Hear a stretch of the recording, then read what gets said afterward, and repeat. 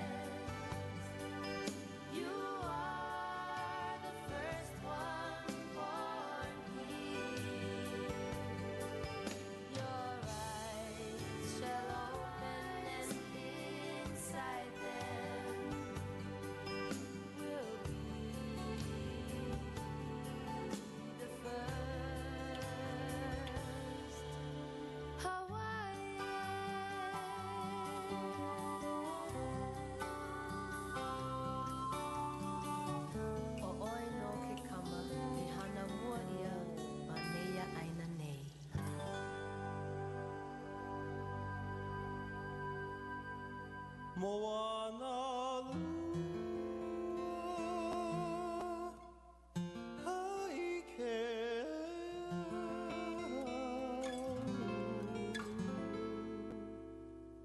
ka haui ki moka umoki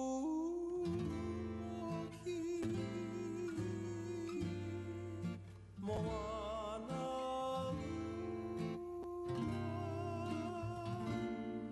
haike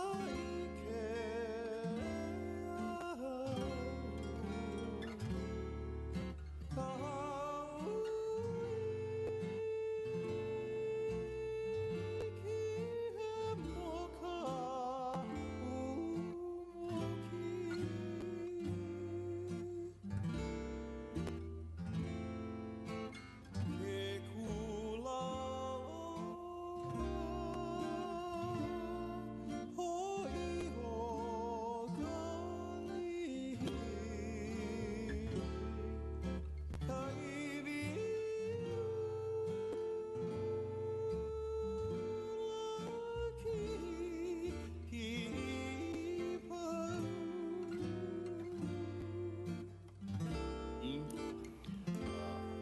This morning we're meeting for the Water Resources Committee meeting here on Wednesday, January 3rd, 2018.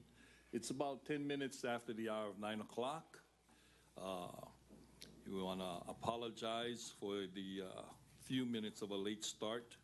I guess we have some kind of road work going on around the building and everyone's got detoured.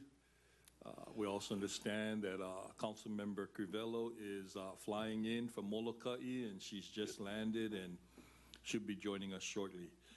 First off, I want to ask that this committee meeting comes to order and ask everyone, if you do have one, to please silence your cell phones so we have no interruptions.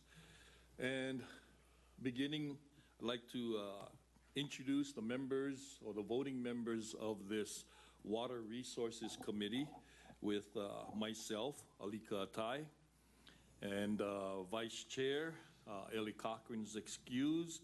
I think also caught in traffic coming over the Poly. We also have Mike White, also excused. He called in, will be coming in later. Present this morning with us is Councilmember Yukilei Sugimura. Good morning, Chair. Happy New Year. Good morning. Happy New Year. Member Kelly King. Good morning, Chair. Good morning. As I mentioned earlier, we have Stacy excused flying in, and holding up the far bookend, we've got member from Hana, Robert Carroll. Good morning. Good morning, Chair. Good morning. From the administration this morning, with the Water Department, Deputy Director Gladys Baisa. Good morning, Chair and everybody. Good morning. Happy New Year's. We have the Engineering Program Manager from the Department of Water Supply, Wendy Tawamoto.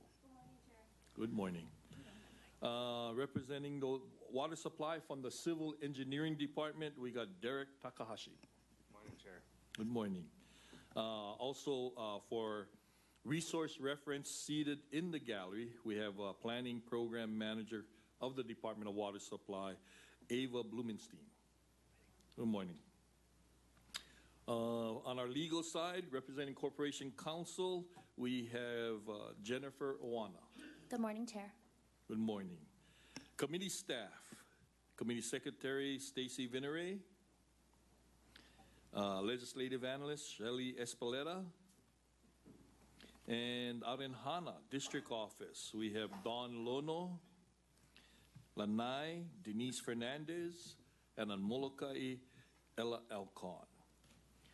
Members, today we have one item on our agenda, and that comes off of our master agenda, WR-15,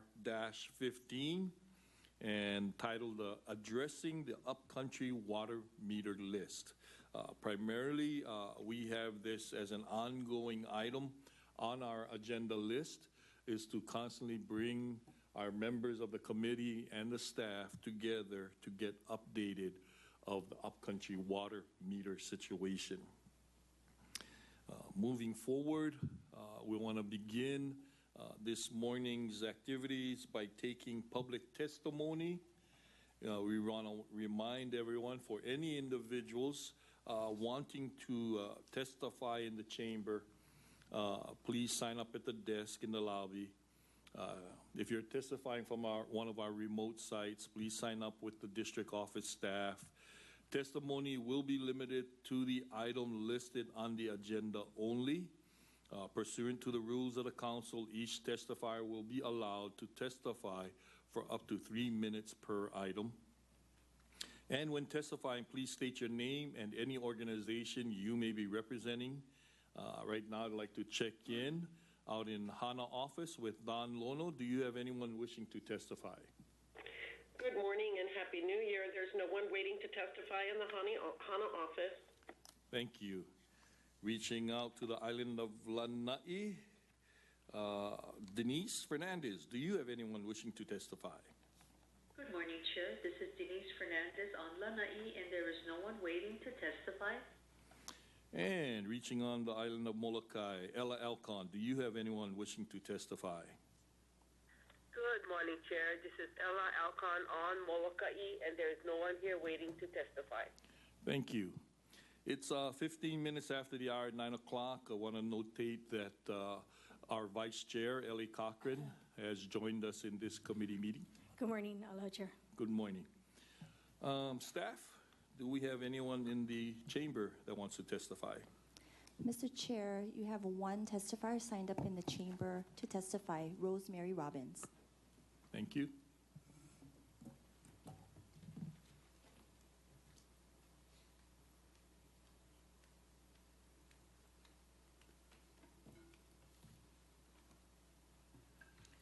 Good morning, everybody. Happy New Year.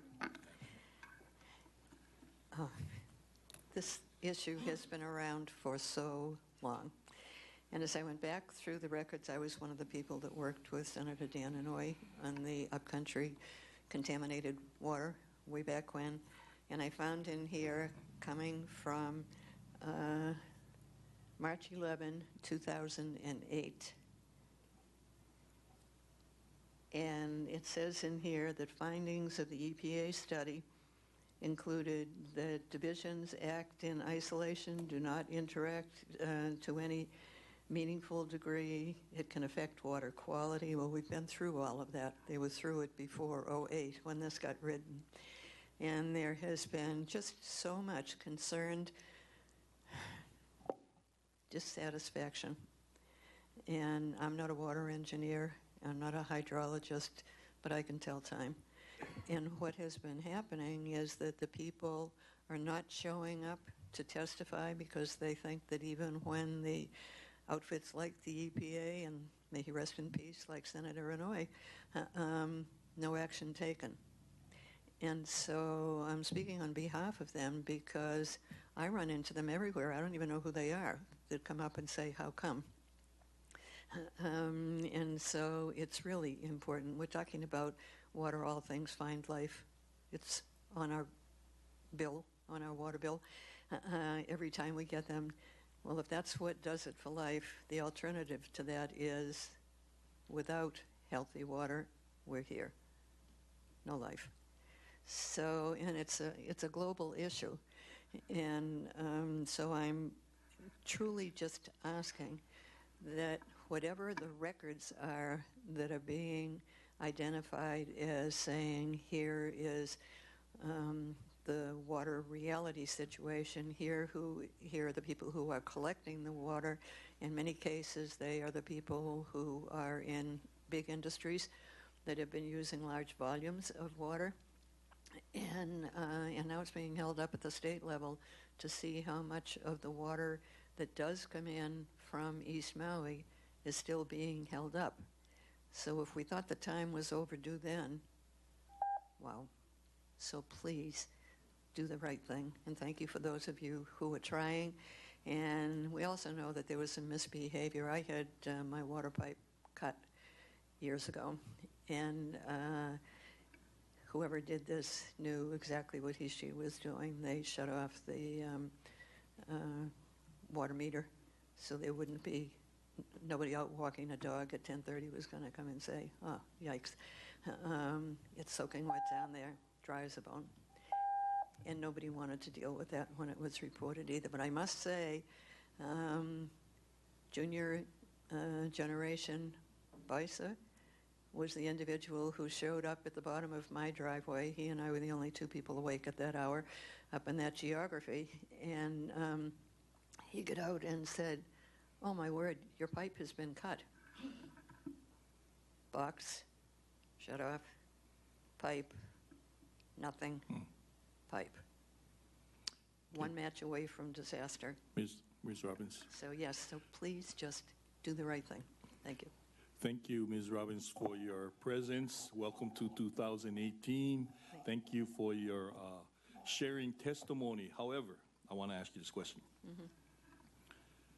The agenda item was to be focused on the Upcountry water meter list. The bulk of your testimony focused on Upcountry contaminated water. It focused on the questions of water quality, and it focused on whether we are really receiving the East Maui water for use for Upcountry water.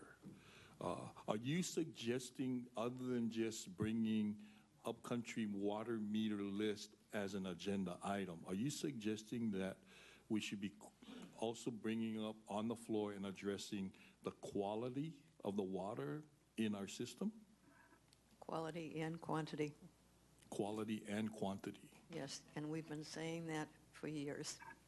And it's just, it's so sad because it's so vital and it's become such a sticking point that any chance that any of us get, we're going to respond to it. And people are responding to some of the people, including myself, but certainly not, I myself was not chairing that committee with Senator Inouye. So if we have people who are coming up with records that are maybe not accurate over time, and we know that we have this incredible amount of water infrastructure is, to quote them, a mess. We've got a huge problems. So it's going to be affecting everybody. Okay. And has been. Thank you. Thank you for Welcome. sharing. Thank you for coming and for doing that work. And hooray for Junior. Take care. Staff, can I have you guys make a notation for future agenda items to also put quality and quantity of Upcountry water, other than just the meter list? Any other? No further testifiers, Mr. Chair. If there's seems to be no one else wishing to testify, if there are no objections, I'd like to ask that we close public testimony. No No objections. objections. Thank you. Okay, all right, I'm free.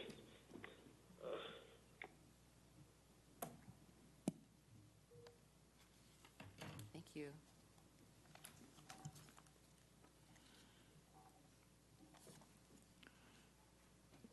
Okay, this morning, committee members, we have one item on the agenda, and it addresses the Upcountry water meter list, WR15. The committee is in receipt of the following county communication, 17-297, from myself relating to Upcountry water meters list, and also County Communication 17-439 from the Director of Water Supply, providing a status update on the water service priority list. This morning, I've asked the administration to be present so that we can get updated. So I'd like to turn things over to the department. Deputy Director, Ms. Mesa. Thank you very much, Chair. First of all, I want to thank you for the opportunity to be here today to update the council and the public on how the water department is functioning. And I want to let you know that we're functioning very well. The highly trained, licensed, and experienced staff is continuing to do their jobs as they always have. In fact, the staff has pulled together closer and is functioning very closely as a team with the need to help each other to ensure solid decision making. It's been 7 weeks that we're solo and we're getting a lot of good stuff done. In regard to today's agenda about the Upcountry meter list, unfortunately, due to this meeting having been rescheduled several times, our star quarterback of our Upcountry team, Engineer Jace Miyabuchi, is on a well-deserved, long-planned, and much rescheduled vacation. However, we do have our team captain, our chief engineer, Wendy Tamoto, who will lead the presentation, and engineer Derek Takahashi, who is Jace's partner in handling Upcountry. Also with us is Eve Blumenstein, the head of our Planning and Water Resources Division. Other division heads are on call should we need to have any assistance from them. With the permission of the chair, we'd like to make our presentation and be available for all of your questions and discussion. Although my leadership is recent, I have lived the Upcountry water list my entire life, served on this committee of the council for 10 years, and led it for 2 years. I've been deputy over at the water department for a year now, and so I'm fairly familiar with the subject. The Upcountry water meter list is undoubtedly the most popular and challenging issue for our department. Our department is very aware of this, and we have made it our priority to do everything we can to move this list. And today we want to share with you the history, the problems, the solutions, and the things we are doing to help. We believe that together, as partners with you, we can make considerable progress this coming year. I'd like to turn it over, Chair, to Ms. Tamoto with your permission. Please do. Good morning, Chair. Wendy Tamoto, Engineering Program Manager, Department Water Supply. Did everybody get the handout that was distributed by staff? We're gonna go through a brief background, chronological sort of, for the benefit of the members that may not have had this in prior meetings. And then following that, I'm gonna give you a summary of the process so you have an understanding of what's involved in our review of each application. And then at the end of this, your third page, we're going to give you a summary of what we did this past year. So as most of you know, but March 16, 1993, the Upcountry water system was found to have insufficient water supply developed for fire protection, domestic and irrigation purposes to take on new or additional water services without detriment to those already served in the regulated area. And I'm quoting this from Maui County Code 1413-040A. That started this whole Upcountry list per se, yeah?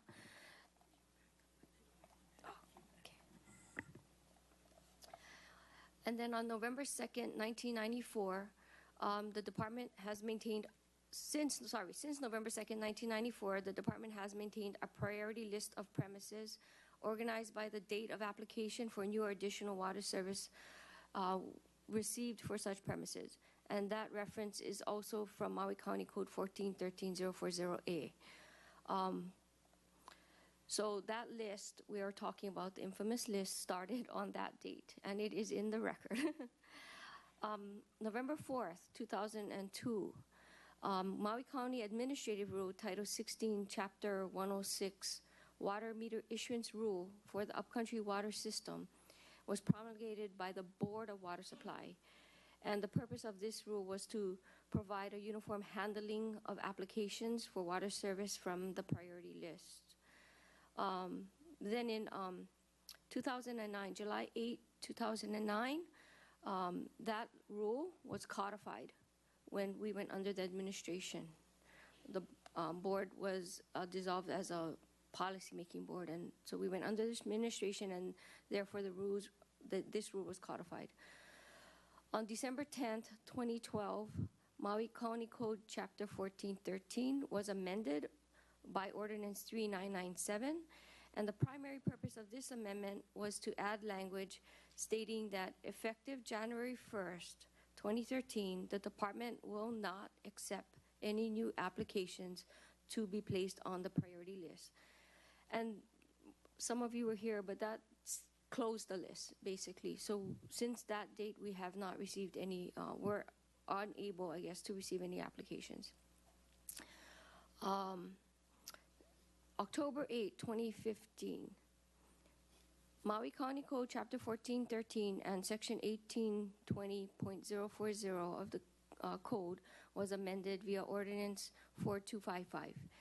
The purpose of this amendment was to give Upcountry residents on the priority list an opportunity to receive water service to their premises subject to certain conditions and restrictions, so that it may be possible to build a home on their property for themselves or their family. And that's a quote from the code of the purpose.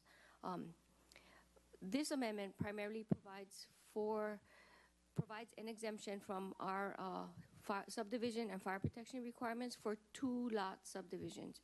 And this is provided that the applicant was on the list as of January 1st, 2013. So applicants not on the list as of that date did not qualify under this amendment. It should also be noted that Ordinance 4255 does not exempt applicants from meeting requirements for domestic supply, and also does not exempt applicants from Department of Fire and Public Safety fire protection requirements, if applicable. This amendment also allows applicants on the list as of January 1st, 2013, who declined previous water service offers to be placed back onto the priority list at their prior placement. And all of this, effective January 1st, 2013, being on the priority list, that occurred and was processed in 2016 and 17 by our department, our division. The last bullet is November 30th, 2017, which was just a month ago. We updated the priority list on our website, and that list now contains 1,728 applicants. And I have the web link there for your reference. And if you're not aware, that list is by priority number 1 to 1,728, and also by tax map parcel, so you can find your parcel. Now, if you turn to page 2, I'm going to go over what is involved in reviewing an application, starting with some general information. In general, our engineering staff reviews applicants in batches of 10 to 20, and we start at the top. So we start at number 1, and we go through 10 or 20, and then the next time we do it, we'll start below that. Also, all files, subdivision files, water service files, development files, basically anything related to the applicant's property and existing water service are examined. Existing agreements and encumbrances and past Board of Water Supply decisions are reviewed, because they may require the applicant to complete water system improvements that were deferred or require other action by the applicant before we can approve water service. The existing water system is analyzed by the engineers to determine if the water system is adequate to take on the requested new or additional water service. And I want to just explain what new or additional water service is, because typically I think people use the word meter. So new water service is if you don't have, you want a new meter or a second meter. We consider that new water service. If you want a meter upgrade from a 3/4 inch to a 1 inch or a 5/8 inch to a 3/4 inch, we call that additional water service. Yeah. Depending on the applicant's situation, communication with operations staff is sometimes necessary to verify current water system settings and configuration. And what that means is sometimes engineering divisions, engineers don't necessarily have the most current information about our water system. So verification with field operations staff, water treatment operations staff, and plant operations staff is necessary to finalize our analysis. And the reason why we wanted to let you know that it's not just engineering that is involved in, gets involved in a review.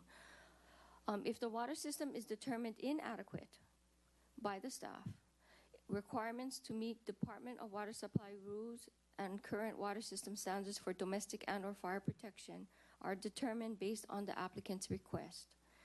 And I want to note that installation is required to be completed prior to our approval of the meter installation.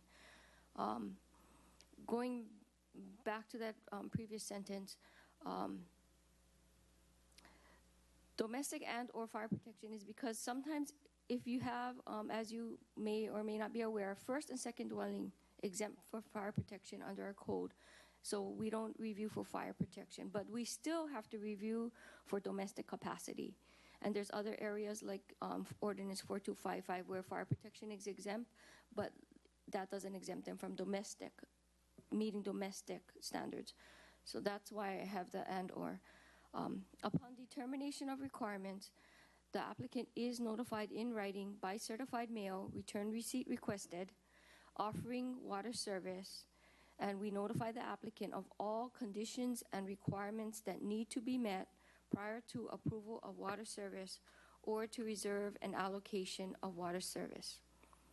So the applicant is given two choices: to take on water service immediately, which is go straight to meter installation, which means minimum requirements, and that can be met in the 30 days, or applicant has to do a meter reservation to reserve the water allocation of water service so they can meet all the conditions and requirements that's required before we can install the meter.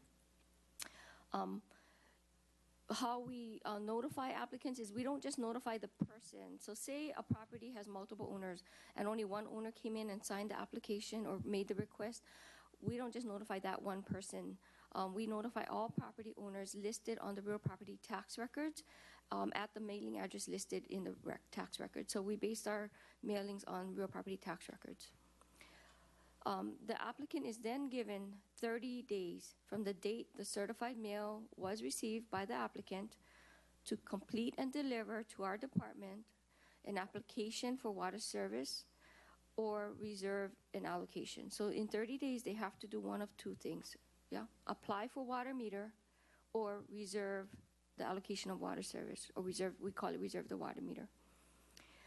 During this 30-day window, the engineering staff, which is primarily comprised of two people, Jace Miyobuchi, the section head, and Derek Takahashi, the civil engineer 5, their priority is to respond to all inquiries, email, phone, walk-ins from these applicants. And the next bullet kind of wanted to clarify that, you know, it's going into it, but the staff not only has the Upcountry water meter list people to deal with, but during the specific 30 days, if somebody from the Upcountry meter list who got a letter calls or contacts the department, we pretty much accommodate and prioritize that call or customer. After the 30-day window, the engineering staff starts all over again with the next batch of applicants on the priority list. And during that time, they address other district assignments, which include subdivisions, water service requests, and building permits for the districts of Molokai, West Maui, and those Upcountry applications that are not related to the Upcountry priority list. And final note is that when an applicant has water system requirements, keep in mind that the engineering staff then goes through sometimes a 1 year usually review process of the construction plans, easement documents, agreements, overseeing of inspection and closing out of the project related to the applicant who reserved the meter or took on service from the Upcountry list. The third page of the handout is the summary of what occurred this past year. I want to note that Derek Takahashi, to my far right, started with our department on the same day I did, which is September 1st, 2016. And he went straight to the Upcountry water and was assigned, immediately to the Upcountry water meter list. So there was, the results of his hiring allowed Jace and him to put out these 45 meter reoffers.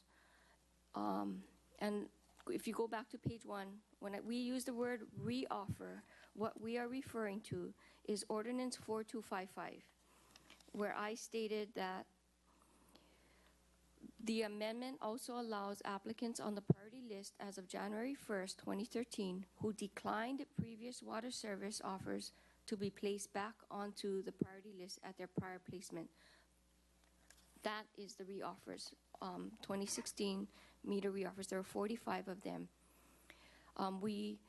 In March and November, we sent out 45 letters notifying of the reoffer pursuant to the Ordinance 4255. 6 applicants accepted. Out of the 6, 4 water meters were reserved, one of which was for subdivision, and 2 water meters were upgrades. 39 applicants declined, and the acceptance rate is 6 out of 45, 13%. In 2017, in April, we offered 43 water meters, and they were in 2 batches. The first batch was in April 24th, 2017. 23 applicants were offered water service. Of that, 12 applicants accepted. 3 water meters were reserved. 9 water meter upgrades occurred. And 11 applicants declined, 52% acceptance rate. We then, in 2017, did another batch, and on October 12, 2017, we offered 20 applicants water service. 9 applicants accepted. 17 water meters were reserved. 0 water meter upgrades. 11 applicants declined, and 45% acceptance rate. I have, the next item I was going to discuss was our staffing issue, but if you have any questions, Chair, do you want to take them now? Yeah, okay, pertaining to this. Members, do you folks have any questions for staff? Ms. King? Thank you, Chair. Yeah, just in going over, there's a lot here. In going over the idea of looking at or batching these in 10 to 20 and then starting every 30 days, or how often? The way I read this is like it's a 30-day period of addressing these, and then you start on the next batch, which would mean maybe you're doing 1 batch a month, but that doesn't appear to be the numbers that you're coming up with. So why is it so few for the year if you are saying that you're doing new batches every 30 days, or you're not saying that? No. After a 30-day window, engineering staff works on the next batch. Good. Chair, one of the reasons is because, yes, we prioritize our work for Upcountry in the 30-day window once we mail the applicant the meter offer letter. But outside of that 30-day prioritization, the district has other matters to take care of, which is water service requests, additional fixture units. We have the construction plans for all of the applicants, that have reservations, all coming in for review. We have subdivisions as a result of the Upcountry water meter list being constructed. And so I want to say, with Derek on the team now, we were estimating that we would be, and going back to Derek, because he's probably not going to want to talk about himself. When he started in September 1st, 2016, he had relative knowledge about how to review and analyze water system improvements. But he was, as well as I would be if I was thrown into it. not well versed in, determining requirements for water systems. So there was a period where he was trained by Jace on how to review and analyze the upcountry water system, and that involves familiarity with the different parts of the system relative to the applicant's request. And it's very detailed, and because we are making requirements of the applicant, the staff wants to make sure that we get it right. So there's a lot of care and time and consideration to every applicant's requirements, because we don't want to just make requirements that are not warranted. So in order to do that, there's a period where he had to learn about our system, and so but now that we call that the steep learning curve, and now that he's more educated than when he came in, I foresee increase in progress. Okay, so Chair, if I may follow Yes. up. So in March and November, so it sounds like from looking at this, in 2016, all we did was do reoffers. Is that correct? So there were no Yes. new water meters offered. It was just reoffers. We focused on the reoffers, yes. Okay, so there were just the 13% rate is for the entire year for the water meter acceptance. Reoffers. Yeah, Okay. because those people are before the next people on the list, yeah. Right, Yeah. but that was done in two it says batches. March and November. So you did 30 plus per batch? is what I'm 20 looking at? something. So, because it's 45 and you did it twice. Yeah, so about 20, let me So ask if Derek 20, remembers. so you did more than the 10 to 20 per, okay. So is it possible to do more than 10 to 20 per batch now that Yeah, so everybody's up to speed? in the next 12 months, our estimate, our goal we're setting for 2018 is to do 20 meters in 3 batches, which would mean 60 properties. Okay, but depending on the rate of acceptance, are you able to move faster than that if the acceptance is low because you move on to the next one, or is it just? That's what I don't understand is the length of time doesn't seem to be relative to the number of people accepting. The acceptance rate has really nothing to do with the rate we can put out the batches. The rate that we put out the batches is more of a staffing issue. So once we notify the applicant and they make a reservation, right, they have to go hire an engineer, get their construction plans put together, and then submit those construction plans to us. So they're not, once we give them, they take a meter offer, they're back in our door. No, I understand yeah. that, but that's why I'm saying, there seems to be no difference between whether 6 people apply or 12 people accept, whether 6 or 12 accept. It seems to be this, does that affect the rate of how many more people you can consider for? That's what I'm confused about, because you would think Deputy- if there's less people applying, you'd be able to move on and get the next batch done, because there's less people walking in your door or calling you. Sure. Deputy Director Baisa will answer. Steph. I'd like to. Yeah, I'll leave it to Ms. Baisla. Thank you, Chair. I'd like to interject here. Your mic. Is your mic on? Yeah, your mic is Yeah, on. I think one of the problems that we're trying to deal with, and it's hard to understand, but I do now that I'm in the middle of it, is that we really have a serious staffing issue. And this is the next section of Ms. Talmoto's presentation that she's going to be talking about. It's incredible the effort that she has put into trying to recruit folks to help make this happen. And also, we have some solutions that are right on the cusp. And Ms. Talmoto will be talking about that too.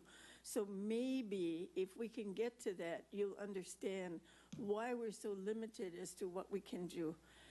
Our chief guy, Jace Mambuchi, he gets so many phone calls and so many emails that we have a secretary helping him answer those emails and phone calls. Otherwise, his lines get all jam-packed. No, I didn't want to interrupt you, but Yeah. that wasn't my question, because my question is, I understand about being short-staffed, but at what point does the number of acceptance of water meter acceptances affect how many affect the progress. So it sounds like it doesn't. We're saying That's what's it doesn't. confusing to me, because it seems like if you have only 12% of people accepting, you should be able to move on to the next level, the next batch of people. But, that's the part I'm asking about. I understand that you're understaffed, and I understand that there's challenges with that. But whether you're understaffed or overstaffed, that I'm trying to make sense of why it doesn't matter how many people out of one batch accept. It's the same number of days that, before you can move on to the next. I think it might be helpful if we asked Mr. Derek to explain how they handle this. It might be helpful, because he's the guy that actually does it. Okay, so why, so the question, basically, if maybe I can put it into numbers for you. So in 2016, you had 13% acceptance rate. So you had six water meters that you were working on that were accepted. And then you had 12 the next year in 2017. So, it doesn't matter how many you have. It takes the same amount of time. That's what I'm trying to figure out. Yeah, this is Derek. It takes the same amount of time to review every application, whether they accept it or not. They come in with the same questions, and they come in, meet with us, consider their improvements. That all takes the same amount of time, whether they accept it or not. And if they do accept it, they're probably going to be back in our office within a year or two from now with their construction plans, like Wendy was saying. And yeah, it takes the same amount of time. We allocate enough time, give everybody the attention that they need to make their decision. So whether they accept it or not, it does take. So so there's a window of much longer than 30 days before people could decide whether or not they are going to accept. What's the average time? They decide within the 30 days. Okay. But you're saying they're still coming in with questions? To move forward with the project, they have a lot of other questions that they have to complete their project before they can get the water meters. No, I understand that. But I'm trying to get a handle on why, you've got people, 39 applicants that decline. So after that 30 days, you got 39 less people coming in talking to you. But what you're telling me is that whether it's 6 people that have accepted or the next year was 12 people, it's the same amount of time. Yeah, but we're probably still working on the people who were offered meters from the previous year and the previous year before that. So it's not just the 6 people that we're working on at one given time. We're working on everybody who's working to get their water meters from years before. And that's just the people who are being offered meters on the Upcountry meter list, not including all the other people in the different districts that we're responsible for. Okay, and do you folks periodically send out anything to all the folks on the list to maybe screen out the ones who know ahead of time? Maybe there's a couple hundred people that already know that they're not, they've been on it for so long that they've moved on to some other projects. So, or they just sit there year after year after year, regardless of whether they need it or not. We do not. And it's hard for them to make the decision without knowing what the requirements are going to be. And it takes a significant amount of time to research their property and make sure that the requirements that we are imposing on them are correct. Right, but when you send these out, do you ever get folks that they don't even own the property anymore, and so it's an automatic decline? Does the offer for the water meter or the space on the water meter list, is that stay with the property or stay with the property owner? It stays with the property. So if the owner sells it, there's still number 37 on the list. Okay, so then you have to contact the next property owner. Yeah. Okay. But yeah, and I think it would be interesting to send out a letter to all the, if you're getting this high of a rate of decline when you offer it to them, that perhaps there's some out there that could reduce the list ahead of time. Our acceptance rate is actually closer to 50 to 60%. With the reoffers, it was a little bit lower, 13%, because they were already offered once before, so they knew what their requirements were going to be. With ordinance 4255, that may have helped a handful of people, but for the 39 other applicants who declined, they're probably in the same boat that they were when they were offered the meter the first go around.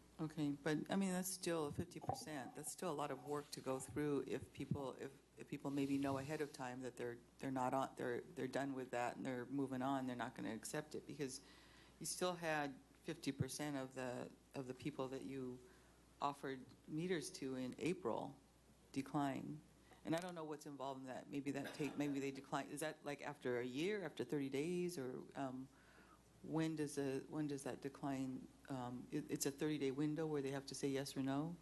Yes, it's a 30-day window where they say yes or no, and if they can either formally decline, or they can just let the 30-day window lapse, and at which time, after 30 days, they're automatically declined. Okay. Thank you. So, Members, want to give other members a first go around of questions? Members Gilmore?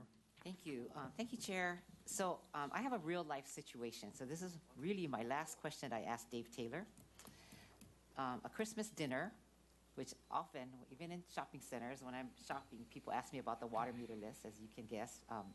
Gladys would probably attest to that.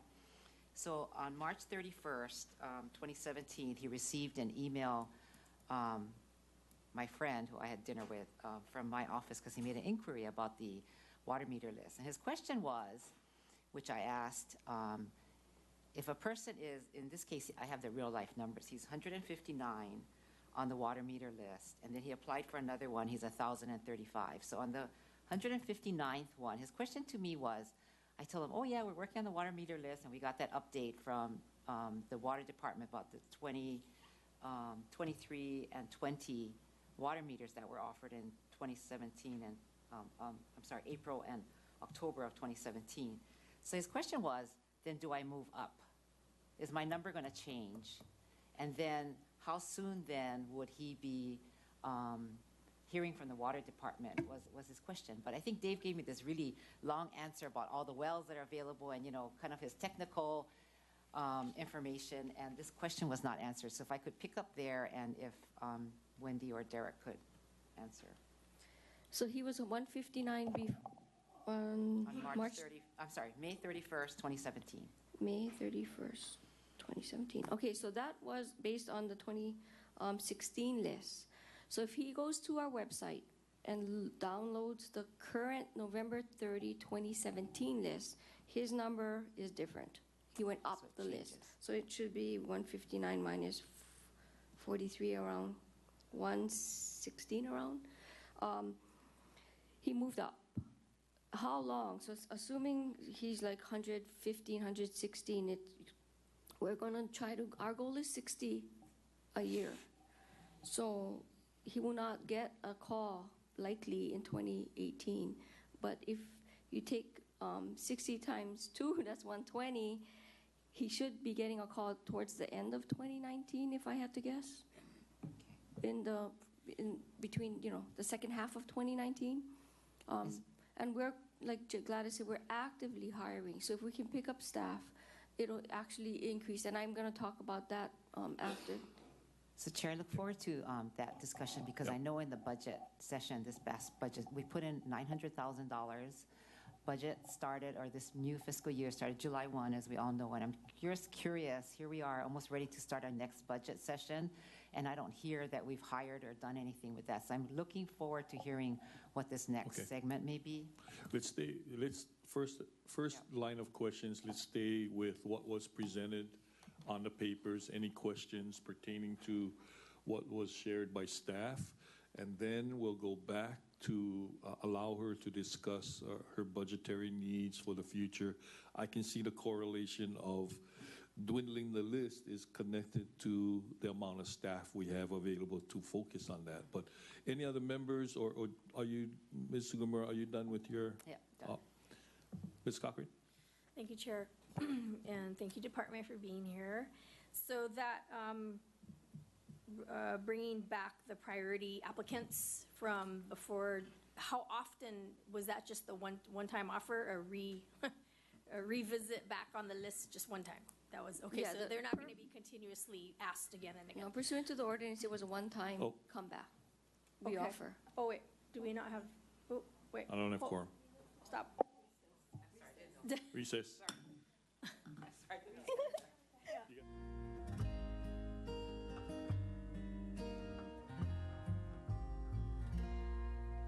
Oh yeah, oh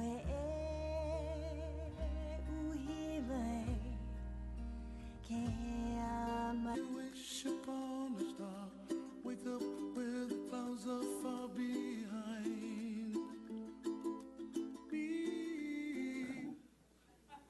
Thank you, everyone. We're now back in session and reconvening this Water Resources Committee meeting. It's 10 minutes after the hour 10 on Wednesday, January 3rd. Want to welcome to the committee meeting Stacy Crivello. Hello and Happy New Year, Chair. Happy New Year's to you. Members, we were just reconvening primarily for those of you wondering why the recess. It was, we were out of, we were bare quorum and there was a break that was needed to go to the Lua. So now we have quorum with current members Ellie Cochran, Yukile Sugimura, Stacy Crivello, Bob Carroll, and myself re-adjourning this Water Resources Committee. Bringing everything back in order, we still wanted to revisit and give our members opportunities. I think staff does, Member Crivello, have a copy of the handout? Okay. That was distributed by the Department of Water Administration. Very good information for us to get the background of where we are, where we came from in regards to this Upcountry water meter list. The background goes all the way back to March 16 of 1993. And, you know, my calculations on that, it's been 25 years. It's a 25-year issue that we've been trying to address, this Upcountry water situation with the meters. My understanding is that there was 1,728 individuals that were sitting on the list, and to date, I guess we are now down to about 1,640. Is that your, if you take out 88 that was offered? What? On your bullet, on your bullet point, the last bullet is the current list that was just published November 30th, 2017 with 1,728 applicants. Oh, okay. So and then on the, that was from, as of what date was that? That's November 30th, 2017. November 30, okay. So 1728. You know, and I was listening to the earlier discussion with the engineering division being represented here, doing the calculations. I think we'll move into the next level of the need for staffing. But before we go there, is there any other members got any questions pertaining to the handout? Member Cochran. Thank you, Chair. And so I'm trying to also figure out what the, I guess, the process is. So I was hearing you send out these offers and the applicant will go through the hiring of an engineer, get construction plans together to vet through with you folks. So these are on behalf of the applicant themselves. And it takes maybe 1 to 2 years to get all this together. So this is being done at home with the applicant. But I want to come back to the water department and to you folks.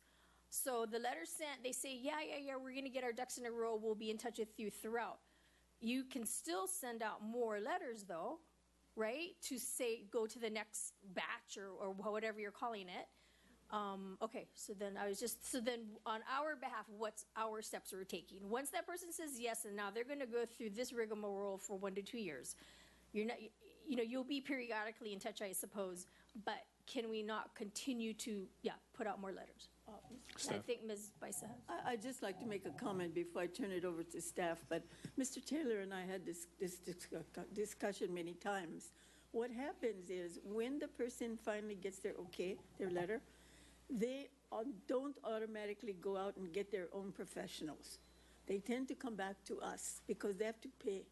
So they come to us and they ask our engineers for a lot of work and a lot of help. And then if they have to, they actually go and hire somebody. So it isn't like we send out the letter and they take it from there, because a lot of people, it's just too expensive. Costs too much money to go out and get help. So they come back to our guys. So they're constantly responding to emails and phone calls and what to do about this and what do I say about that. So I just want to make sure that you understand that it isn't clean. I wrote the letter, now you take over. It doesn't work that way. Thank you. Okay. Well, thank you. Member Cocker. I think Ms. Tawamoto wanted to share a little more. Thank you. Yeah, so in my bullet, after the 30 days, right, the second, after the 30 days, the last bullet, we work on the next batch. So in how we came up with the 60 applicant estimate for calendar year 18, we're going to do 60 applicants will be notified, is our goal for 2018. Starting in, I'm just gonna, because I know Member King was trying to figure out how this works. So I charted it out so I can explain it. So say January, February. We just issued the last batch. So January, February, we're gonna start on our new batch, which we already started on, but for conversation purposes. January, February, we're doing analysis. March, we're gonna start typing out all these letters in detail. And we gotta do the certified mail, la la la, and it's not just one. So if we sit mailing out 20 applicants, we're talking about maybe 60 letters, because most properties have multiple owners, yeah? So one application can have multiple owners. So if we say we're doing batches of, say, 20, we're gonna do 20 in the first quarter of 2018, we're talking about mailing and contacting about maybe 60 people on average. Because get sister, brother, uncle, cousin, prospective buyers, any kind of people calling us. In March, we're going to be writing the letters, 60. In April, right, say April 1st, they're going to start the clock on their 30 day. They're going to get the letter, they get 30 days to give us yes or no. So we and trust me, we're going to get phone calls from 60 people and prospective buyers and people, you know, if it's grandma, it's the one, the nephew got a call to understand this is complicated, the requirements. So we got all kind of people, you know, trying to figure out what does this mean in 30 days, and they got to respond in 30 days pursuant to Maui County Code. And that process just starts all over again. May, June, we're going to we do a next batch of, say, 20, do the analysis. We write letters in July.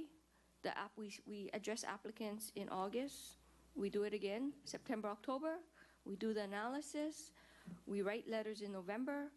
We're going to give the applicants in December the 30 days to respond. And so we're proposing, our estimate goal is 10 to 20 in this year. I think the next batch we were talking about, I was talking with staff, maybe doing 10. But based on our experience, or pretty much not mine, but Jace Miyabuchi, who's the section head, 20 is about the right number. And I want to kind of go into that. Because the applicants only have 30 days to give us a yes or no. And I have to make sure, and Jace has to make sure that he and his staff is available in those 30 days, which means they accommodate their vacation around this 30 days to make sure that we have the staff in office, which is basically 2 of them, to answer the emails, phone calls, walk-ins during these 30 days. If we go more than 20 and say we do 30, that's 90 people that can call. In our estimate, in his experience and our conversations, they don't think that they can address all 30 applications or 90 property owners, and then somebody not gonna get called back, and then what happens? They only have 30 days. Whether we call them back or not, they have to give us their decision in 30 days. So increasing that number past 20 is a detriment to the applicant. And we have determined that. And we are unwilling to go far beyond 20. You might see a 23, a 25. And how we do these numbers is there's a list of 1,700. Each one is either a water service request for a new meter, a second meter, or a meter upgrade, or it's a subdivision request, or it's a request related to a building permit.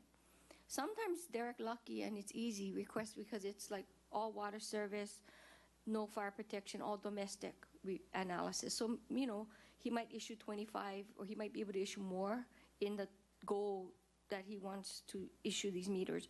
But sometimes the batch is all subdivisions, which is the most complex analysis and has history of subdivisions and subdivisions and no. So it's not like every batch is the same. Every batch is different number of subdivisions, building permits, water service. But the primary thing I want to make sure you guys understand is telling my staff to do more than 20 in a batch is a detriment, not to us, because we can only do what we can when we're at work, but it's a detriment to the applicants because we may not be able to return every phone call, email, and walk-in if we increase that number. And, you know, the staff is there whatever work they're doing.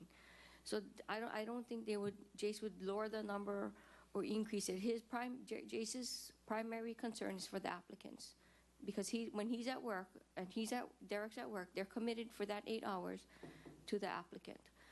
So that's our estimate. If, like I said, once we get more staff, we can maybe increase that.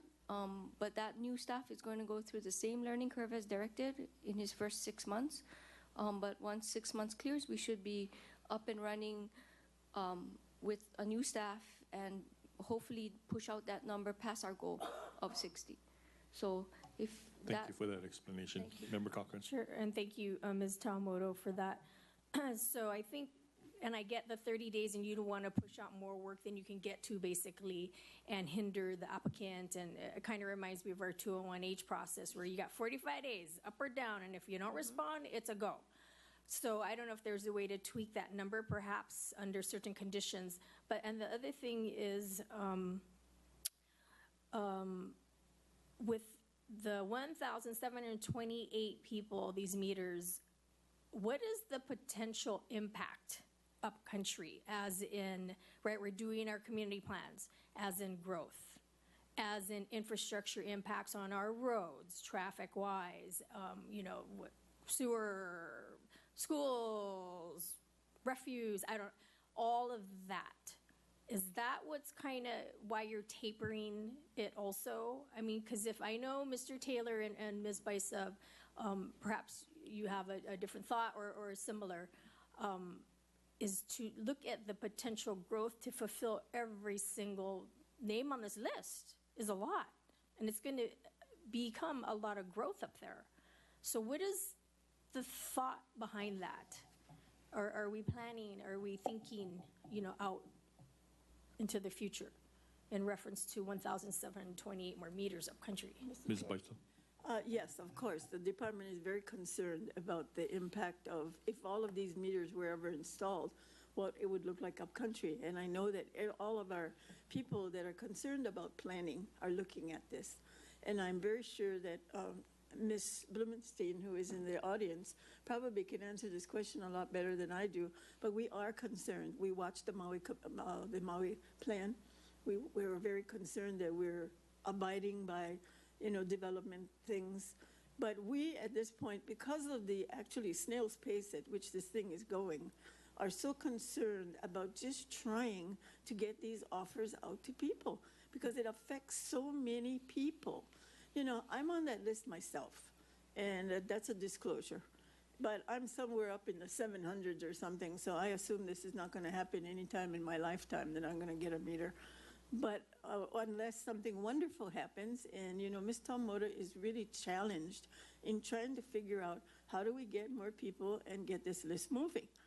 Because it's really not about, at this point, Can we issue the meters? Do we have the water?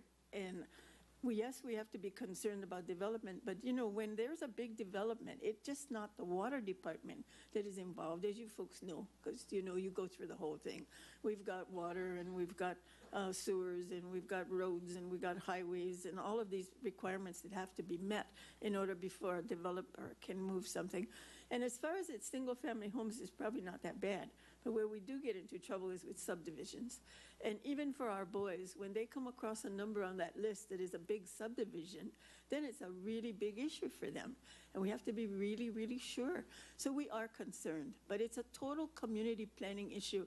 And I'm very excited to see that this council is so involved in trying to look at the community plan process, possibly changing the way we do it, so that we have a better control at forecasting all of these things. And so, I think it's a thing we all have to watch together. Right. And I think even the Upcountry community associations are getting very involved in planning. And that's good. Okay, thank you. And lastly, real quickly, sorry. And so I'm reminded of the tax appeal that we had outstanding, $8 million worth of tax or something. So we did some limited term appointments for them to whittle down that list. So has there been a thought about LTAs just specifically for this, or however you want to disperse your workload in order to address, this? Ms. Cochran, that's a wonderful question, and it really is a good segue into the second half of Ms. Talmoda's presentation, where she's going to explain some of the things we're trying to do to deal with this. Okay, good. Thank you so much. We'll hold that thought before I move there. Any other members want to address the handout and earlier presentation? And if not, I would like to turn the floor to Ms. Tawamoto to address the budget and staffing issues for the department. Thank you, Chair. So now I'm going to move into our staffing and the solution to this problem so we can move faster. So there was, well, why don't I go into before I go into the appropriation that was made by council of $900,000, let me just go quickly over our interviews. Yeah, and so we've interviewed engineers for these positions. I've held interviews starting prior to March. I did some C1 interviews in. Explain the C1. Oh yeah, sorry. I'm using. Thank you, Gladys. I did interviews for Civil Engineer 1 prior to March, and that was not successful. I can't remember. I did maybe like 4 interviews. Then I also did Civil Engineer 3 interviews, maybe 3 or 4 applicants again. And we didn't find any suitable applicant, but we did do an internal recruitment. Moved one of our engineers from the Upcountry to Central for promotion, so he could get promoted through that interview. But the other applicants did not meet our level of qualifications. So that what we did was we reallocated the positions, which is 3, 1 in Upcountry, West Maui, 1 in Central Hana, and 1 in CIP. We reallocated them all to Civil Engineer 4. Then we started getting qualified applicants. I did interviews in March, 5 applicants. We were interested in 1, but he declined the second interview, which would have been a face-to-face through Blue Jeans. Then I interviewed in June 7 applicants. I sent an offer in June, and he declined. I sent an offer to the second ranked person in July, and he declined. Then I did interviews of 3 people in July.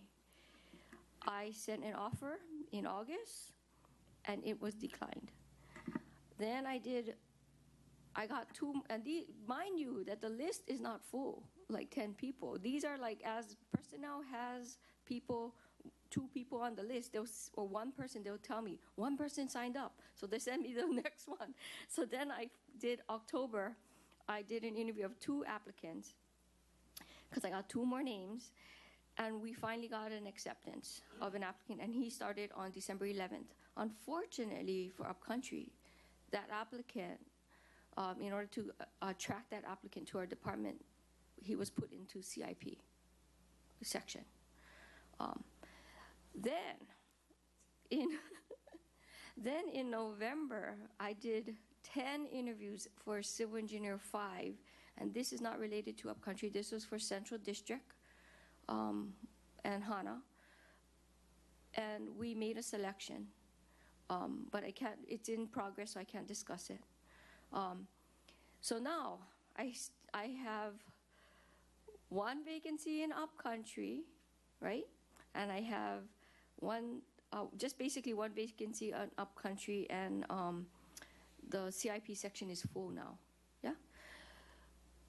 The 5, which is the Central, is pending acceptance by the applicant.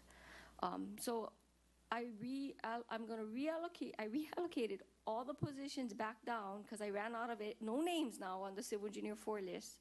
So I reallocated the position back down to a Civil Engineer 1 and 3. I'm sorry, I do have a Civil Engineer 3 in a section that is currently with no persons in it, called the Building Permit section. We have a section called a Building Permit section with 0 employees. So I do have a Civil Engineer currently 3 vacancy in that section, and I'm waiting for the list from personnel. But I just got the list for the Civil Engineer 1, which I reallocated down from a Civil Engineer 4 for Jace. So because I was told that there are people on that list, and I did see the list, and we're going to do interviews next week. And hopefully we are successful with the Civil Engineer 1 interviews. So that's the history of the interview. So basically, since I started, I've been doing interviews every month or every other month. So I'm now going to talk about the $900,000 allocation by this council in our operations budget. Oh, wait. Anyone have a question? I don't know, Chair. Member Kaufman. Is there a way to ask just on this portion that she mentioned, she spoke about just Sure. now? Real quick. I think it's Real quick. connected to our trying to get to the solution of how we're going to address this Upcountry water meter list. I think the staffing situation is an issue that connects ourselves to this agenda item. So, yes. Yeah, okay, thank you. Thank you, Ms. Tawamoto, for shedding more light on the hardship in trying to get these qualified people. So I just want to know, what is the main reason behind people declining so consistently? Is it pay, or I don't know, wasn't the kind of work they thought it would be, or just curious, because it seems like, I don't know, need to change something up or make it more enticing or, palatable for them to want to stay with us. So we are basically offering them near top step, or at top step. So, and talking to some consultants in Maui, we are pretty competitive if we offer at top step or, one, maybe JKL, we're competitive. We are also considering and have offered the one that started in December and offered a recruitment incentive of $5,000. In talking to the applicants, they are all looking for jobs, obviously. The one I mentioned that I offered in June, he took another job. So his wife also was looking for a job, and she found a job, and so they're staying put where they are, because she found a good job in where they live. The one I offered in July, per se, he got promoted internally. So I don't know if they found out he got our offer and then they promoted him internally. He was working for another government. The one in August, I believe that one too, he took another job. That one, yeah, he took another job. So there is I think, what I'm hearing when I'm getting the decline responses is that there's not just a shortage in Maui, there's also a shortage, in the mainland. The applicant that got selected and hired and started in December, he had, I think, just a strong desire to move to Hawaii and start a different phase of his career. And he is not a traditional civil engineer like myself and Derek and Jace. He was in drilling and naval architecture, but he's definitely has the aptitude to do the work. So we selected him, and he's doing very well. But he was in Wisconsin, which is really, really, really cold, he said. So he was very happy. And I want to share something that he shared. He got multiple offers in the state of Hawaii. And we were selected, fortunately. So he was just, this applicant apparently just had a strong desire to move and was determined to get to Hawaii, and we were selected, fortunately. Ms. Bison.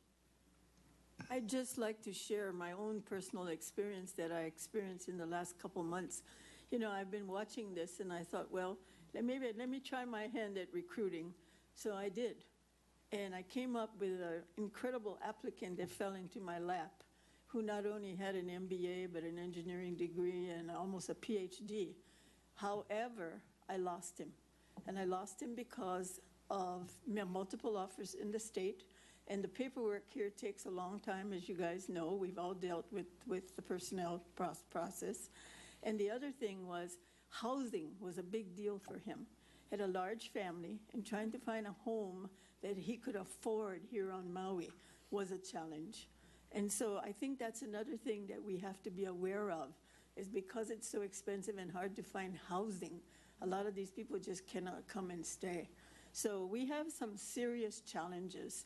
And this is why I'm kind of excited about the last piece of this that Ms. Tomoda wants to share with you guys about the money that you made available and what she's trying to do with it. Thank you. You okay? Yeah. Okay. Ms. Tawamoto, you want to continue? Okay, so the council appropriated $900,000 in our operations budget for fiscal year 18 for specifically the purposes of the Upcountry staff. And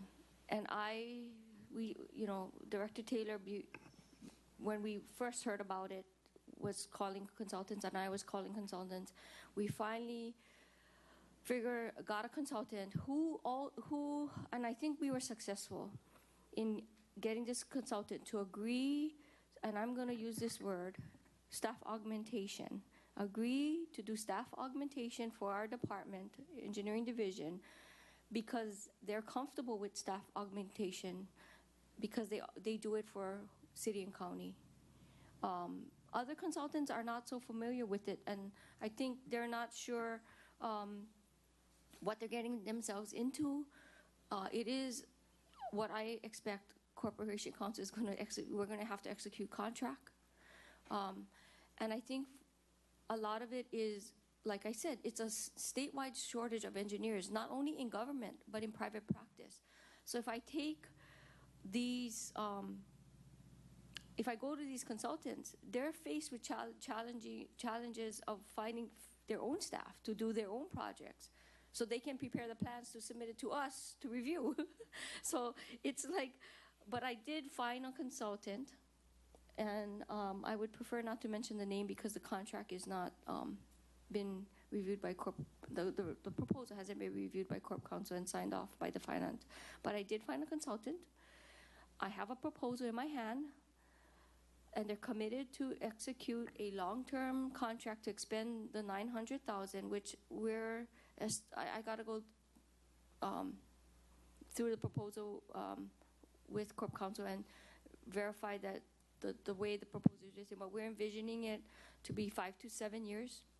5 years to 7 years of committed staff augmentation. And what I'm very happy about this arrangement that I was able to make is that not only are they going to give me one staff, 20 hours per week, dedicated to work on the Upcountry engineering review, but they're also intending to fulfill this contract, and they're recruiting engineers so they can give us 2 staff. And I think that that's just awesome, because as an engineer who doesn't maybe want to work in government, this company is willing to offer, well, we're interested in you, but we have this project, so we want you, you know, we're going to give you 50% of private work, and 50% of your time got to be spent on doing this government review, staff augmentation. And like I said, this company, their staff is used to, as part of their duties, having to do staff augmentation. And so I'm excited to see if they can find another person, maybe out of college or whatnots. And specifically, once I train this one staff, then that one staff can train the other staff, and perhaps we could get more staff through that means by training the trainer in their company. That they can find another person willing to work on this type of government assignment. But we expect, or my goal is to have a contract in place by the end of January, and I'm hearing that that person may be able to start February 1st if we can get this contract done by the end of January. Assuming we go that route, what would be the amount of additional individuals on the Upcountry water meter list get addressed?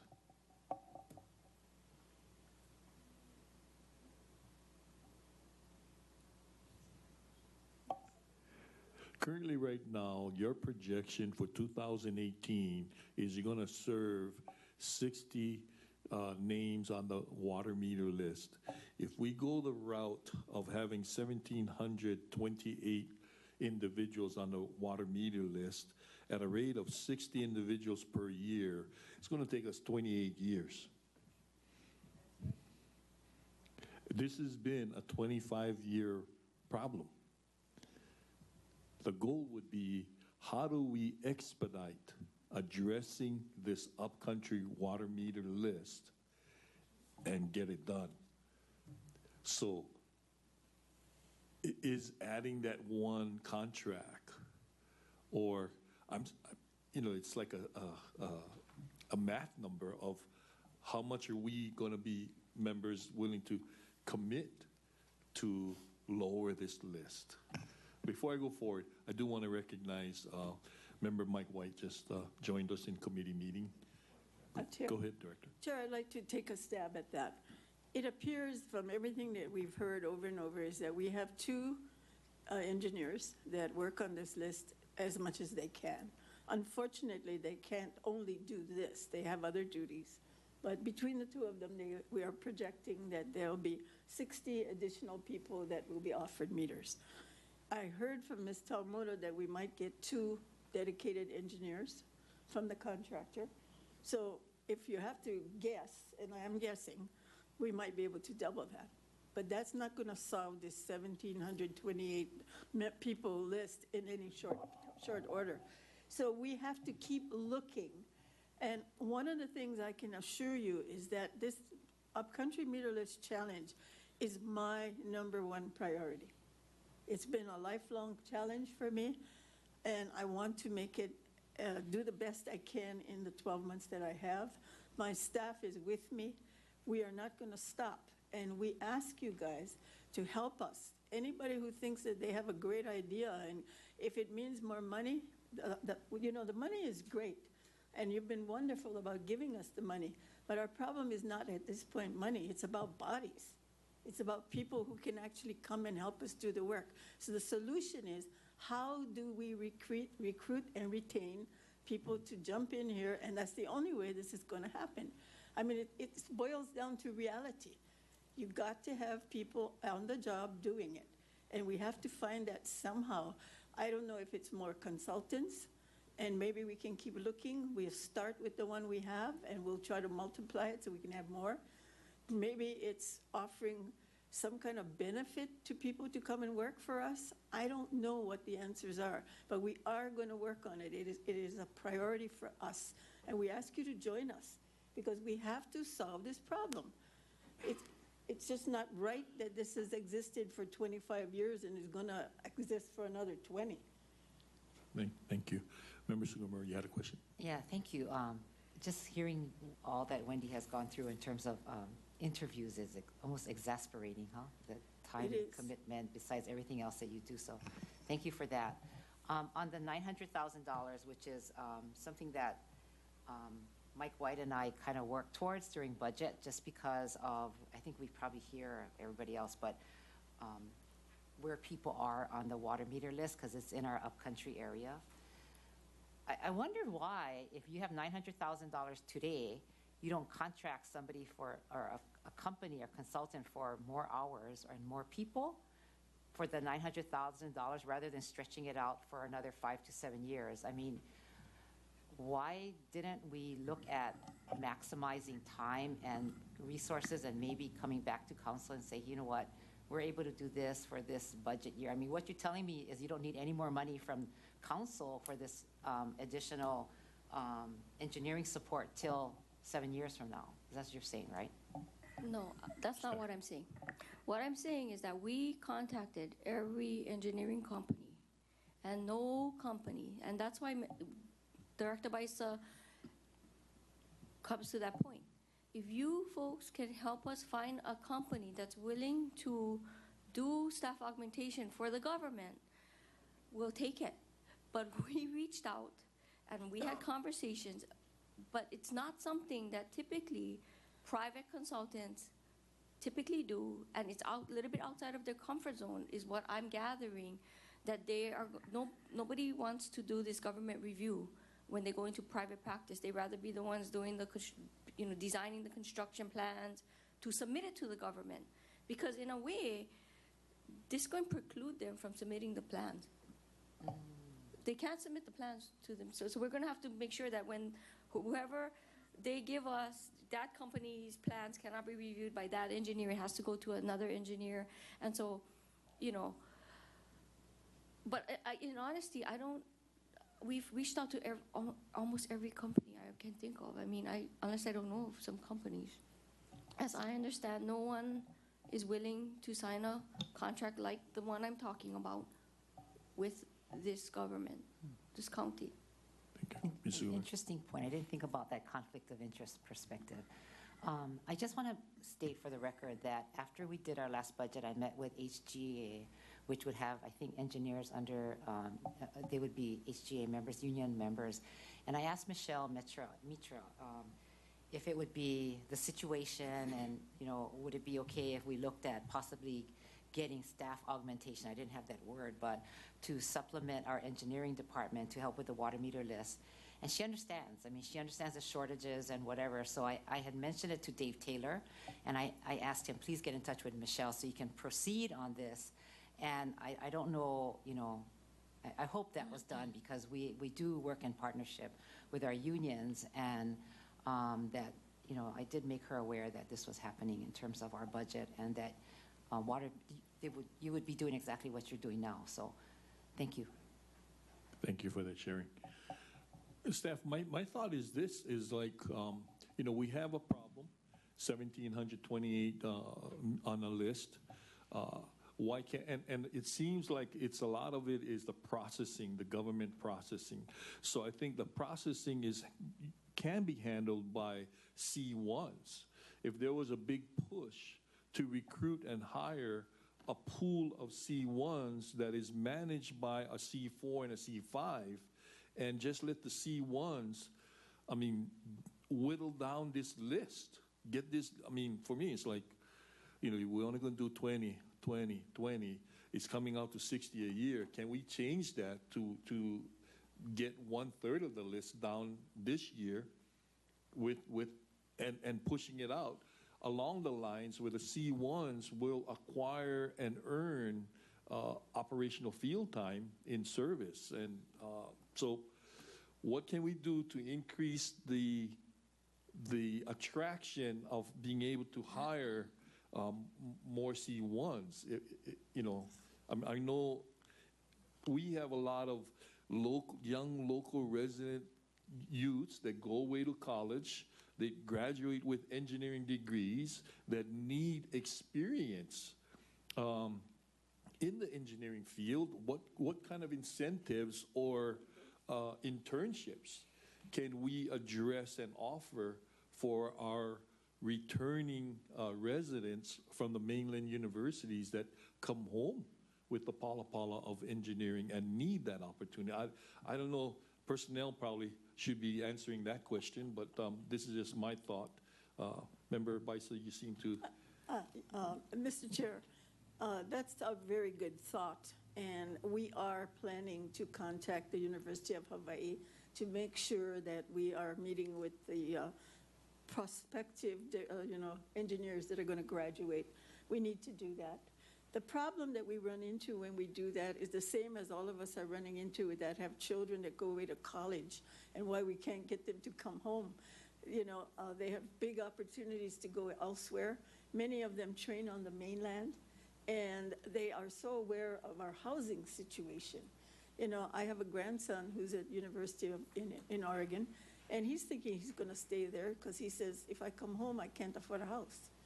And so we have got to somehow come up with a package that is attractive to our young people, and it's got to be more than a salary. And I don't know how we do this, but we are in trouble, and we have to bring these kids back. Right now we're in an unusual situation, and it's going to persist for a while, and that is with the rail project on Oahu, which has really soaked up a lot of the talent in our community. Because I talk to everybody I can talk to about this, and I hear it over and over. They're paying them good salaries, all kind of bonuses and whatever, and they're working in rail. And that's going to persist for a while until that project dies. But eventually, hopefully, we'll get to the point where, there will be good engineering jobs open here. But I like your idea, and I do know that Ms. Talmora has reallocated her positions down to ones, and we have a whole bunch of interviews next week that she'll be doing, and that may be the beginning of this. But again, I think what is happening here is good, because we are now focusing on this problem. Everybody's talking about it. Everybody's trying to find solutions. And I think if we keep doing this, rather than just say, well, we have a problem, if we keep it on the forefront, we will come up with more progress. And I can tell you, our department is committed. And I know that this committee is also committed. So we'll come to you guys if we need your help so that we can create more civil engineer ones or reorg positions or do whatever we have to do. We will come to you for your help because we need to do this. Thank you. Okay. Member Crivello. Thank you. I don't have any questions, but maybe some comments. And I don't know what the resolve is, but when I served on the Board of Water Supply in the late 90s and the early 2000s, I heard the same mantra. You just can't find the engineers. And what I appreciate, though, is there's a recognition of the problem that we have, and that includes housing. For our workforce, it's almost impossible because we're not building. And that's a major, major problem. When we have projects come up, there's a lot of no to the different projects that come before us. And hopefully, as council, we can recognize there's a domino effect for everything. If we need the workforce, we need the water meters. It's not something we want, we need. We need, like you say, the engineers. I segue off Chair Atay's suggestion of knocking on the doors of our universities, locally as well as outside. But then you just come back to the same problem. Where are they going to stay? What do we have that's affordable? So those are the kind of things that we'd have to look to. And then when we go into the development, all these offsite costs. And there's so many conditions that makes it almost impossible for anyone to afford to build, even if it's rental, or fee simple. So we have many challenges, but I can appreciate that there's a recognition of the problem and trying to find the resolution. I question the 900,000 and why there is such a expansion of time. And I'm not an engineer, so you would know better. And if the private contractor can find the engineer and we cannot, maybe we have to do something comparative. What do they offer that we cannot offer? Even if it's a 2-year, 5-year stint, what is it that they offer that we cannot? And maybe that's what we're going to have to match up to. Are they going to have commuting engineers? You know, and that's going to take longer too. So, yeah, I don't know what the answer is, but many of us are trying to find the solution for to building homes. You know, so I hear that not only from your department, but police officers, teachers, firefighters. If people can't afford it, yeah. Thank you. Thank you. Member Cochran. Thank you, Chair. And yeah, I've been hearing the hard in finding civil engineers. And so, and Mr. Atay brought up the, you know, our Come Home program, right? MEDB, the STEM. I mean, we put lots of money during all these years of budgets, and they're doing great programs, but I'm hoping we can get some of that return of our investment into these programs back here and back to the positions that we're seeking at this time and have been. So hopefully there can be some dialogue and contact MEDB or whoever to see if there's a way to streamline their program and then have, we have some type of internship, mentoring, or something that connects the programs together. And so my other thing is how the contested case hearings, I mean, don't need to go into any, details on that, but how or what's the status on that? And is this playing into, the amount we're able to do meter-wise, able to do, not able to do, or are things like kind of on hold, trying to figure out where the case hearings are headed, the East Maui stuff in particular. Corp Counsel. I'll just briefly, because it's not on the agenda. I believe Mr. Rowe said that the findings of fact, conclusions, and law decision and order came out, I think, last month. But I don't think it has anything to do with right now what they're working on. That'll be future water that we'll be getting, that we'll be constructing something in the CIP projects for. But what they're working on now has nothing to do with the amount of water that we're getting from that case. Okay. Yeah, I just wonder if there was a connection, that's all. No, nothing more. And then the other thing is the 900,000, I guess, was it just I can't recall what, if there was a proviso or what was the stipulation behind that money? Did we, state what this allocation is specifically for, or was it just a general upcountry water meter list? I don't recall if you know the details. Thank you, Chair. The proviso was that the 900,000 has to be used to assist with the upcountry water meter list. I can't use the 900 to augment staff to help Central Maui or Hana or West Maui. So the staff, the reason why it's, the $900,000, the amount of time the contract is based on one staff, that they're providing one staff. If they provide 4 staff, you reduce the number of years because they're going to use up all the money because it's an hourly contract. They got to clock in and they clock out. They only get paid for when they're working on the meter list. It's an hourly time and materials kind of contract. So if it's 20 hours per week, so their staff is assigned 50% of their time to us, 20 hours per week. It's one staff is 20 hours. If they're giving 2 staff, it's 40 hours. So they're burning through the money faster, the more staff they can find to work on it. Also, if that staff, for whatever reason, has a period where they don't need to be in the working on the private projects, then they can allocate more than 20 hours per week, maybe 30 hours per week for that 1 week. because they have some downtime in their private practice work. So then they can allocate 30 hours maybe that week. So it's not set 20, it's a minimum. We're targeting minimum 20 is our expectation of this staff being in our office working with our staff. Okay, I guess. It's an hourly contract. Member Call.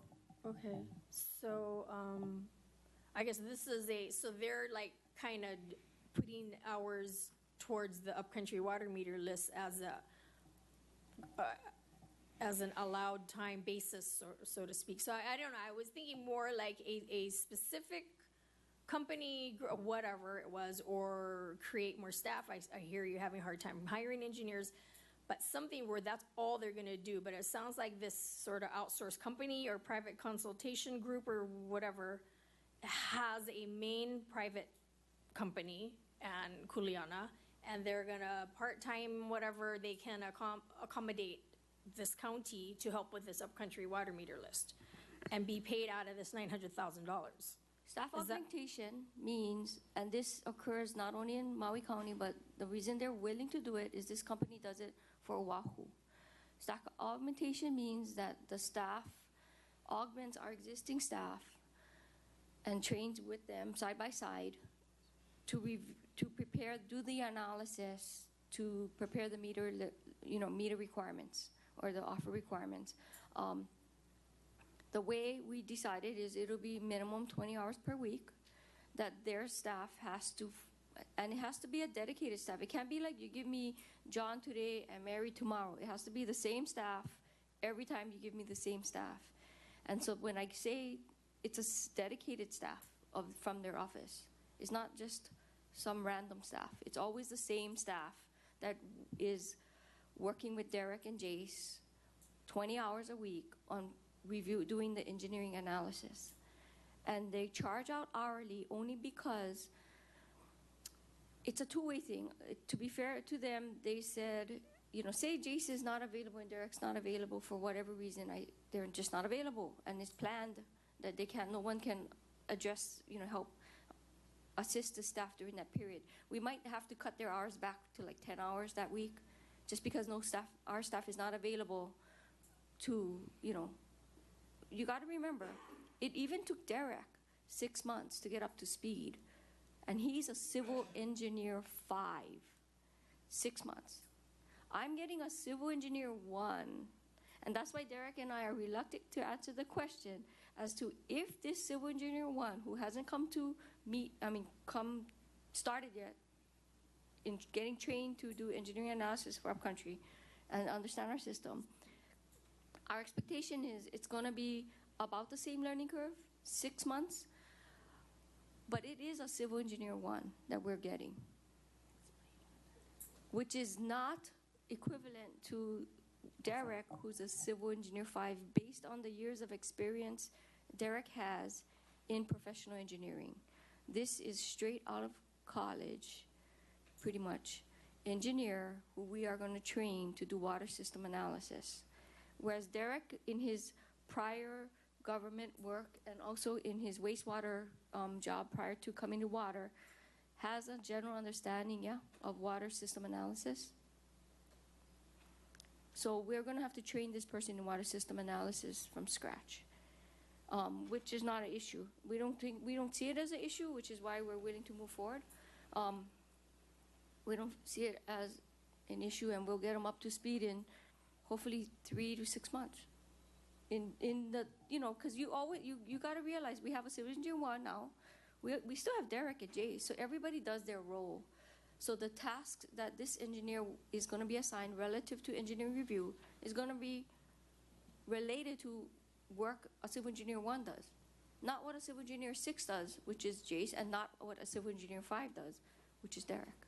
It's going to be work assignments relative to his level of experience, which is a civil engineer 1.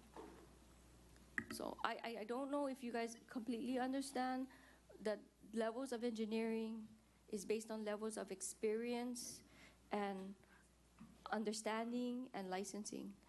So the work assignment to this person will be relative to his level of classification, which is a civil engineer 1. Mm-hmm. Member White? Thank you, Chair. Were there any discussions about engaging a civil engineer 3 or 4 or 5 instead of a 1? Oh, yes, there was discussions about engaging civil engineer 6, 5, 4, 3, 2, 1. And I don't know if you were here, Chair White, but we contacted every company we could think of, and with Director Taylor and Deputy Director Baisa had multiple conversations, as well as I did. This is the only company that's willing to do what I'm going to call staff augmentation for the county of Maui. And I was explaining that I think it is because they already do it for Honolulu, whereas other companies are not familiar with staff augmentation. Yeah, I did hear that. The other question I had was, it sounds like they're limited to 1 or 2, and I think when we provided the 900,000, we were not necessarily looking at it as being a 5-year term, because the purpose was to jumpstart, give Jason and Derek the added support to move the needle considerably further than it would without them being able to get the help. So what is the likelihood that you are able to get more than 1 or some that may have a little more experience? The company that we're engaging with is committed to recruiting for us engineers at all the levels that need be, that they can attract. You got to realize that not all private engineers want to do this government review. They rather do the more exciting work, which is doing the designing of the systems for the government to review. So I talked to my contact, and they talked to the company bosses, and they got approval to recruit for the purposes of fulfilling this contract with more than just the 1 staff.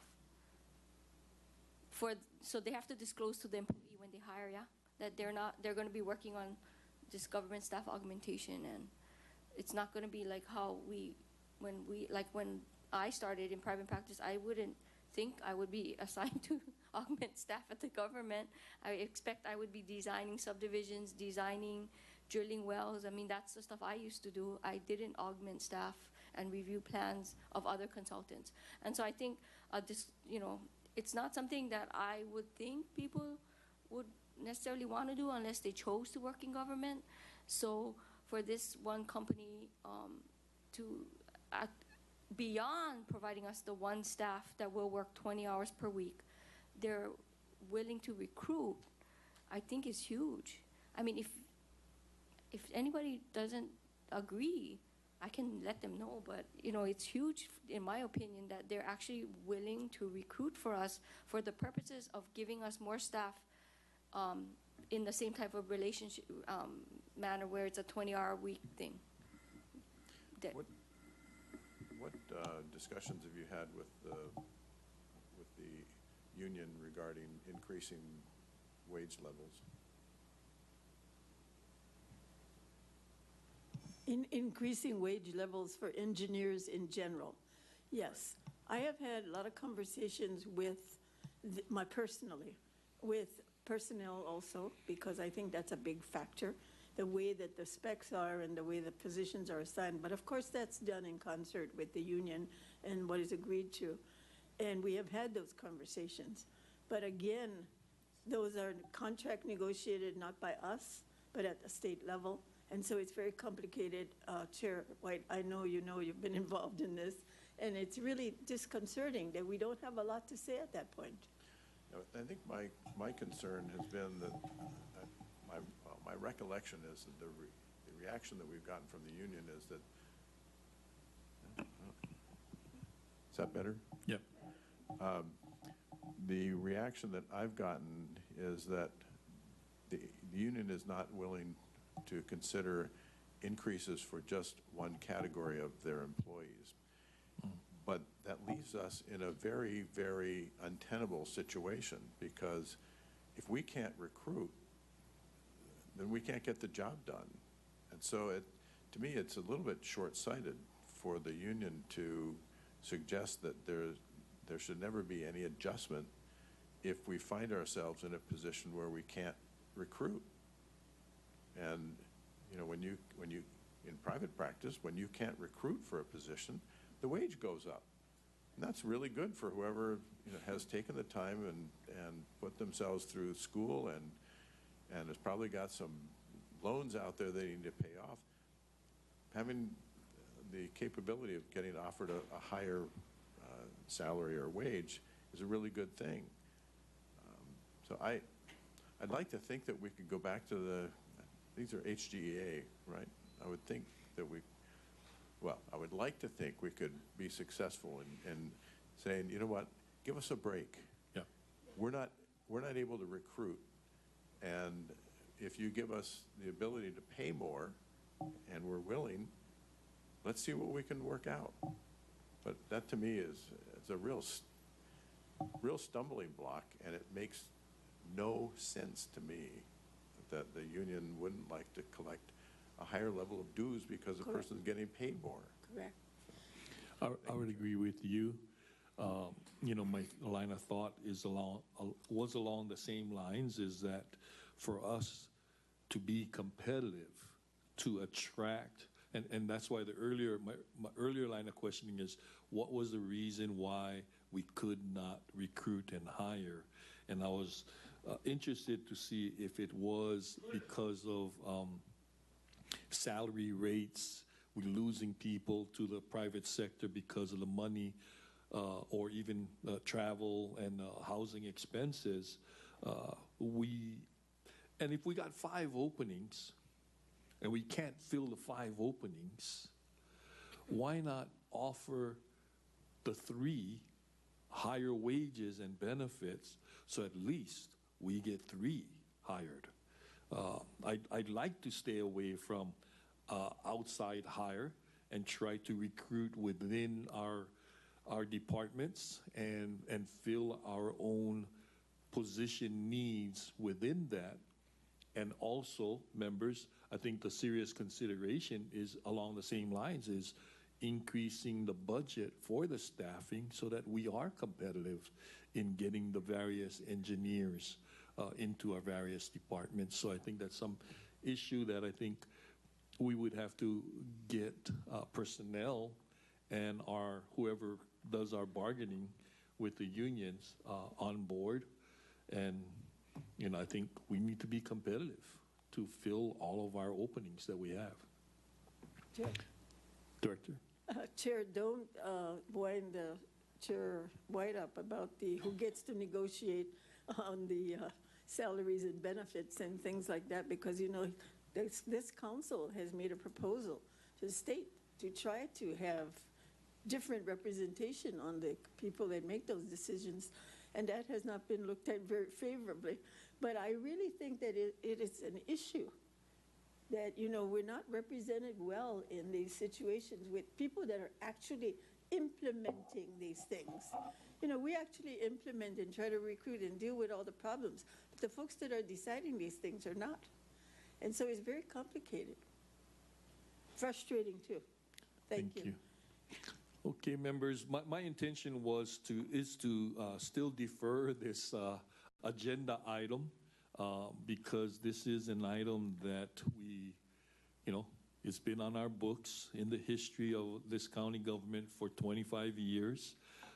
I'd like to say and give us a goal and objective of addressing and solving this upcountry water meter list within 3 to 4 years. So if we take this list of 1,700 names and just divide it in fourths, you know, I mean, we got to come up with solutions and a plan of how to serve more than just 60 a year. And if it's going to take recruitment of more engineers to be able to do the government processing, or if it's going to take a relationship to do this staff augmentation plan, whatever the plan is, the challenge for us is going to be, how do we serve next year or this year 200? Get them off the list. We gotta move forward. We gotta move that needle. Member Cochran? Thank you, Chair. And yeah, thanks. Definitely deferral because leave the subject matter open. But I'm just wondering, was there ever a time that everyone on the list was given just a preliminary, hi, how you doing? We're going to start tackling this list. Where are you? What's your status? As an individual, are you still, yeah, but not needed a definitive yes or no from the applicant, but just the overarching, I don't know, survey or something, just to blanket everybody to get kind of a, a temperature of where people are at.